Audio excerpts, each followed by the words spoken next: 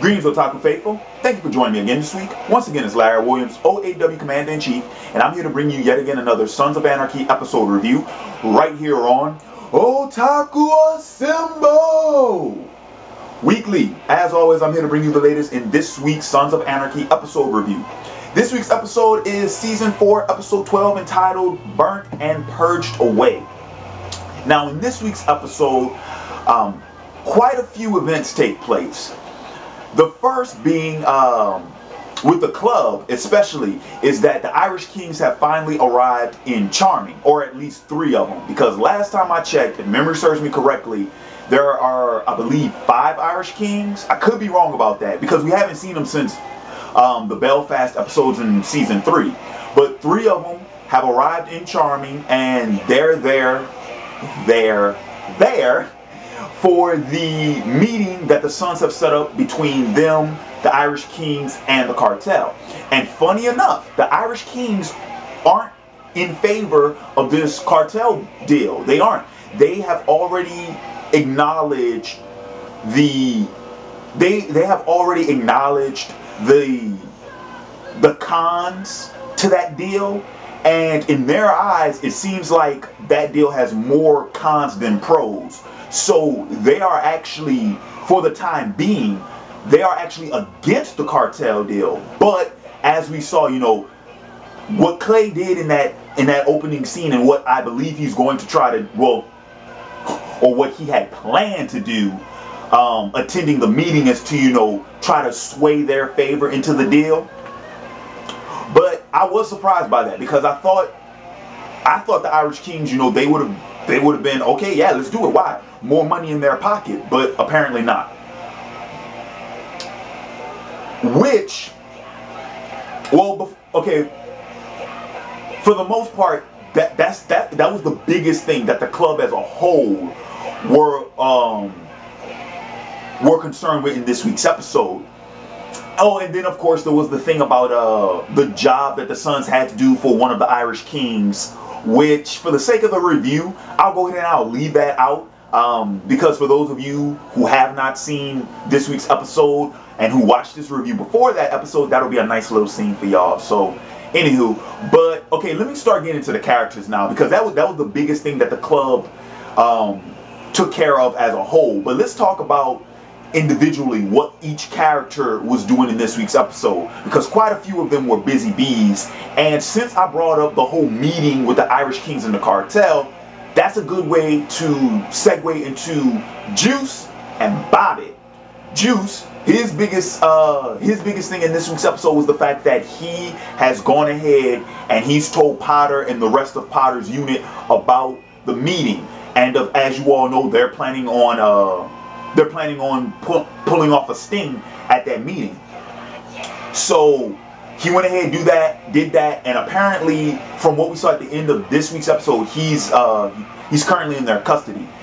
And it seems, I mean, that seems to be what's going on with Juice. It seems like when Juice isn't with the club, he's in their custody. You know, they want to keep an eye on him. So, and then speaking of rats, that's going to segue into what happened with Bobby in this week's episode, because Bobby went to Stanton to meet up with Otto, because Otto reached out to him. So Bobby, believing that it's just going to be a typical visit, little did he know that earlier in the episode, Otto went ahead and signed off on his confession about, you know, all the deeds, you know, all the past crimes and whatnot that the club committed, that Bobby committed, so on and so forth.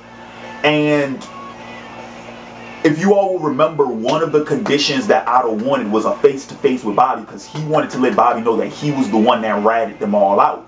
And so that's exactly what took place. Otto met with Bobby, ratted him out, and yeah, Bobby is currently in custody. So I'm going to assume that's where Bobby's going to be for the rest of the season, because apparently we actually got a 2-parter season finale, which the first part's going to be next week, and then which actually, yeah, that's about right, because the season finale of Sons usually always takes place Thanksgiving Thanksgiving Day. Yeah, it's either Thanksgiving Day or it's the week after. So yeah, it's about that time for them to wrap up the season. But okay, so anywho, that's what happened with Bobby. Now I'm going to segue over to what happened with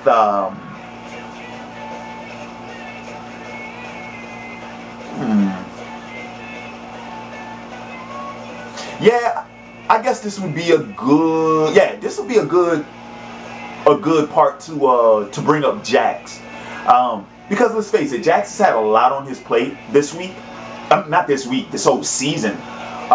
Okay, so pretty much what Jax has been up to. Jax found out about the whole Wendy situation from last week. Don't remember? And so he went and confronted her himself, and Wendy let us know exactly what her intentions were. Which, if you all will remember, this is what I kind of bitched about in last week's review, but got some clarity in this week's episode because Wendy let us, or us the viewers, through by way of Jax, she let us know that she does want to be part of Abel's life, but she is using the whole custody battle thing, like, you know, like a bazooka in her pocket, if you will. You know, that she's using that as her ace in the hole type bit. So she's not against, like, it. From what I can tell, it seems as if Wendy's visit, she said it herself, she said she met with Tara out of courtesy and out of respect. So it kind of seems like she's playing it nice. But the second in which she faces opposition, boom, she's going to hit him with the legal shit. And I think that's what she's going to do. I'm almost positive we haven't seen the last of her. Because honestly, why else would they bring her back into the series if we don't expect to see more of her? So yeah, this is not the last time we've seen her.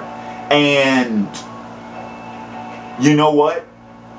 Seeing as how things have been going throughout this season, and if shit does hit the fan in the season finale, I could see her getting custody of Abel. Or at least temporary custody. I could see that shit happening. That is not outside the realm of possibility. So anywho, moving on. So that's going to segue into what's been going on with Tara. And Tara had a very interesting visitor this week. Apparently Clay went and met with Tara, and he's pretty much let Tara know that he knows about the letters, and he knows that she hasn't given him the Jax yet, and he pretty much knows why she hasn't done it. But he's also issued a threat to her, because he told her, look, the letters is the only thing that's keeping you guys from, you know, your escape plan. And his whole thing was this: give me the letters, you guys will be able to go free and clear. If you don't, you'll never make it out of Charming. Yeah, so, and you know what? I think this is the first time that Clay has openly threatened Tara. First time. Because they haven't talked much. First time. Yep. Now, from Tara, I'm going to go ahead and I'm going to segue into Gemma. And for fuck's sake, Gemma, I do not know what to say about this woman. Because before this episode, we were all on the same page that Gemma wanted Clay dealt with. But apparently not. Because when she found out, well, first off, she got visited by Opie at the beginning of the episode, which was a surprise, which I'm going to bring up later, and I'm going to talk about that later in this review. But Gemma found out that Wayne told Opie the truth, and in fear of retaliation on Clay, she wanted Wayne to fix what he told Opie, and then she warned Clay that Opie would be coming after him. Why? I'm sorry. I do not understand this. And I'm about to go ahead and break into a little rant. So I'm going to let you all know right here and now. Rant alert. Because I got to get something off my chest. Now, based off of the evidence that we have in the series, and based off of what Gemma has said, we assume that Gemma is fighting to keep her family together. Clay being killed, you know, she'll lose the patriarch of her family, and, you know, broken family. technically speaking, since JT's already dead, it's already a broken family. But I gotta, okay, if that was really Gemma's intent to keep the family together, I can kind of buy that. I'll tell you what I won't buy. I won't buy this fucked up mentality that, I'm sorry, I'm so sorry, because I'm going to have a lot of my female viewers and subscribers are going to flag my ass for this.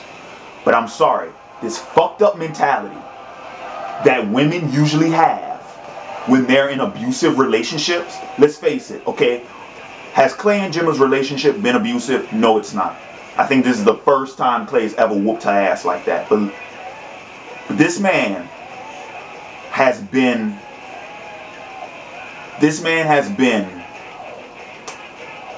a complete train wreck. Okay, he's been a complete loose cannon the entire season. And the first time you actually openly confronted him about it, he beat the shit out of you. Why would you protect such a person? Why? And that's going to get into the topic of this rant, which is, why is it that so many times women will protect or defend or ignore the actions of an abusive significant other?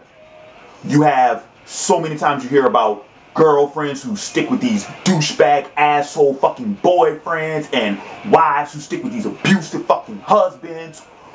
Why? Why? What the fuck goes on up here in the female mind that would possess you to do such a thing? Now I can understand, you know the mothers who will defend their sons and daughters when they do dumb shit because, oh, that's my baby would never hurt nobody. I can kind of understand that because from a motherly aspect, you're completely irrational. All you care about is the well-being of your child regardless of what harm or crime they commit on another person. I can kind of understand that because that's just straight up fucking insanity. That's what it is. Straight up fucking insanity. So I can kind of understand that. Okay, that's more of an animal instinct. I don't think logic really has much to do with that. I just think that's an animal instinct. It's like you have to protect your young. That I can understand. But a spouse, a significant other, or even a boyfriend, I don't understand that. I do not understand that.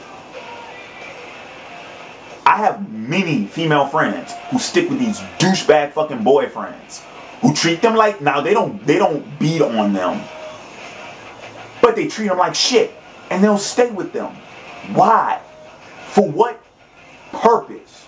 What could possess you to do such a thing? Are you that fucking stupid? Or are you that fucking weak-minded? Or are you that fucking weak-willed? What is it? Please, in the comments below, women, I am trying to understand the way your fucking brain works. Help me out. Because I got a feeling this is something I will never understand. And I don't want to demean anybody or insult anyone, but I'm pretty sure a lot of the comments I'm going to get are going to be bullshit comments. Like, they're going to be the type of comments that make sense to you while you write them, but then when you stop and you go to sleep and you wake up the next day and you read it, it really don't make no fucking sense. I got a feeling I'm going to get a lot of those comments about this issue. But this is the shit that Gemma's on. And I gotta tell you, I don't fucking like that. Gemma has pissed me off many times in this series, but I gotta tell you, that kind of takes the cake. And that's one of the reasons why when Gemma finally does get snuffed in this series, I won't be sad. Oh, y'all didn't think Gemma was gonna live, did y'all? Well, keep in mind the show's main influence. And if the show sticks to that main influence, Gemma's going. She is. So, but I spent a little bit too much time on that. So I'm going to go ahead and I'm just going to wrap this thing up. And I'm going to wrap it up with Opie. Because Opie, in this week's episode, following up from last week's episode, he had to cremate his old man. And he went to seek revenge against Clay. And Jax tried to stop him. Jax even held him at gunpoint saying, hey man, you gotta let this thing go. But no, Opie rolled up in the clubhouse. Put Clay at gunpoint. Let him know, look, man, I'm going to kill you. And when Jack showed up with a gun and tried to stop him, he's like, look, Opie, don't make me do this, man. I'll kill you if I have to. Opie called his bluff, and it worked because he popped Clay twice in the chest. And Jax didn't do shit. Yep. So that's pretty much where we're going to pick up in next week's episode because, you know, Clay has been shot twice, but on the right side of his chest, not on the left side where the heart is. So I'm pretty sure Clay will live. Lucky son of a bitch. But I'm pretty sure he'll live. So, anyway. But I'm going to go ahead. I'm going to wrap this thing up because I don't want to make this video too long and I kind of got off on a tangent with that rant. Seriously though, ladies, please, whatever insight you can provide me help you, help me better understand you all, your kind, your sex, your female mind. Because Gemma's, that don't make no fucking sense. None. That don't make no sense. None. None. Not a shred of fucking, not a shred of sense. So that's going to wrap it up for me. Just so you guys know, for any of you all who watch my other vids, the Thundercats review will probably be posted late. I found out that apparently this is the season finale coming up this Friday. So, and I'm going to be out of town for Thanksgiving. So that review will, if it's not up by Saturday, then that review won't be up until maybe Sunday or Monday. It was actually my intent to not do another video until my Boardwalk Empire review on Sunday, but because it's the season finale, I kind of got to wrap that thing up. So, like I said, the Thundercats review, I'm letting you all know ahead of time, it's going to be late. It's going to be uploaded, if not Saturday or Sunday, it's going to be uploaded on Monday. So, but with that said, this has been Larry Williams, OAW Commander-in-Chief. I want to wish you all a happy Thanksgiving. Hope you all have a good time, have a safe time, especially if you're traveling and whatnot. For all my football fanatics, it's going down Thursday, man. Green Bay, Detroit. I'm rooting for Detroit, man. Gotta do it. Also, we got what? San Francisco and Baltimore. I'm rooting for San Francisco, man. Gotta do it. Gotta do it. But anyway, until next time, peace.